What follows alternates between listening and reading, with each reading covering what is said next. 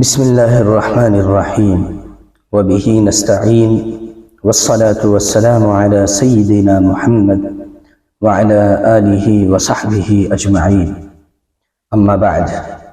میرے دوستو، دین اسلام میں انسانیت کو کتنا بڑا مقام دیا گیا ہے، اس کا اندازہ اس بات سے لگایا جا سکتا ہے کہ اسلام نے اپنے ماننے والوں پر تمام انسانوں کے حقوق متعین کیے ہیں۔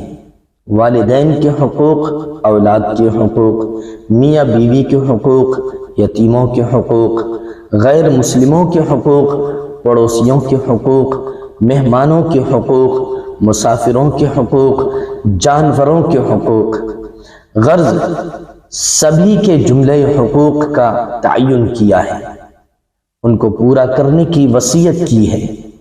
اگر انسان آپس میں ایک دوسرے کے حقوق ادا نہ کریں تو دنیا میں فساد ضرور برپا ہوگا۔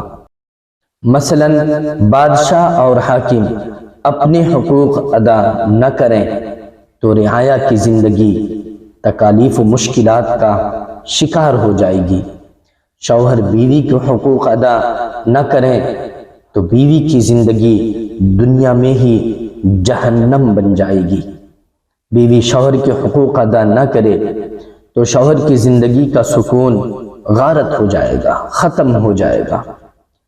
پڑوسی ایک دوسرے کے حقوق ادا نہ کریں تو محبت و امن کی فضا ختم ہو جائے گی۔ اسی طرح مسلم غیر مسلموں کے حقوق ادا نہ کریں تو دنیا تعصب و عناد اور فتنہ و فساد کے جنگل میں تبدیل ہو جائے گی۔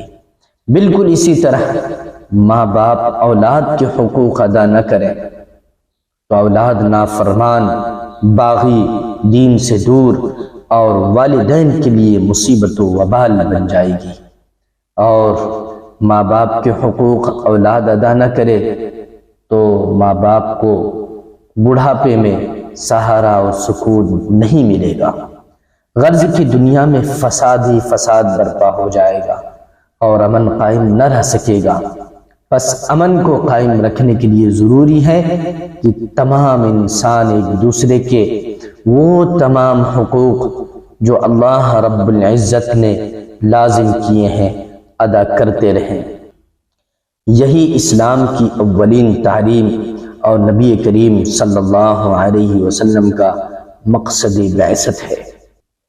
حالی مرحوم نے اس حوالے سے کیا ہی خوب کہا ہے، یہ پہلا سبق تھا کتاب خدا کا کہ ہے ساری مخلوق کنبہ خدا کا، وہی دوست ہے خالق دوسرا کا، خلائق سے ہی جس کو رشتہ ولا کا، یہی ہے عبادت، یہی دین و ایمان کی کام آئے دنیا میں انسان کے انسان۔ آج ہمارا اصل المیہ یہ ہے کہ قرآن کریم کی تعلیمات سے ہم خود بھی آگاہ نہیں ہے اور دنیا کو بھی ان سے آگاہ کرنے کی ضرورت ہمیں صحیح طور پر محسوس نہیں ہو رہی، ورنہ حقوق کا جو جامع اور متوازن تصور دین اسلام نے دیا ہے، دنیا کے کسی نظام میں اس کا کوئی متبادل نہیں ہے۔